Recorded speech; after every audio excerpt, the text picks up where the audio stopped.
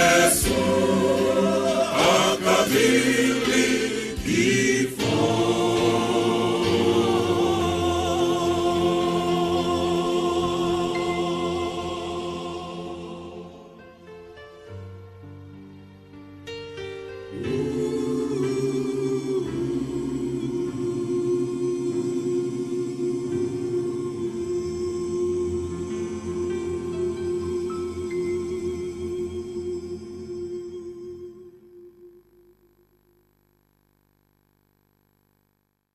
Mambo muhimu katika huduma ya meza ya Bwana.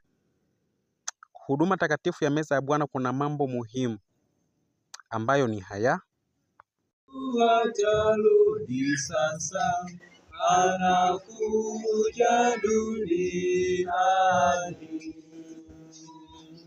Wasafiri wote watapumzika Yesu anaporudi tena. Linapatikana katika waraka wa kwanza wa Petro 2 mstari wa 20. Unapaswa utawaze kwanza kabla ya huduma kuendelea nyingine ya ulaji wa meza ya Bwana. Tawaza kwanza. Daima ataongoza, hakuna rafiki kama Yesu. Hakuna.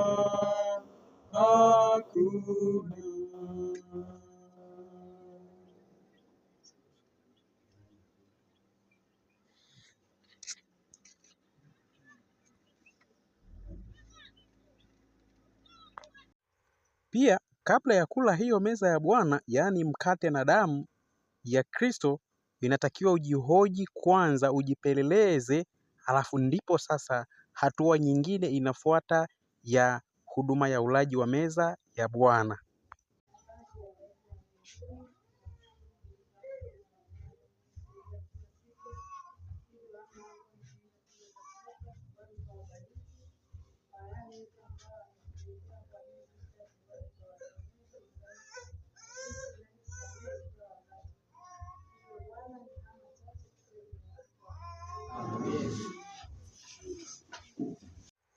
Kisha ugawaji wa mikate na divai kwa wote wanaohusika na huduma ya meza ya Bwana unafika.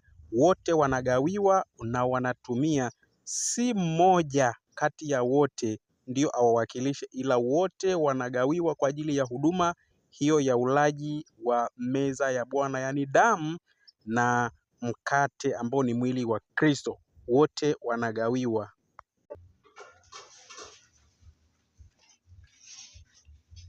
Wimbo namba 21. Basi tunapewa tunaimba sasa wimbo.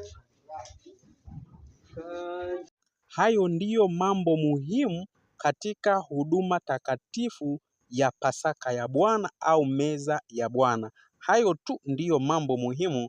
Mungu akubariki kwa kuendelea kuhusika kushiriki Pasaka na meza ya Bwana. Barikiwa sana.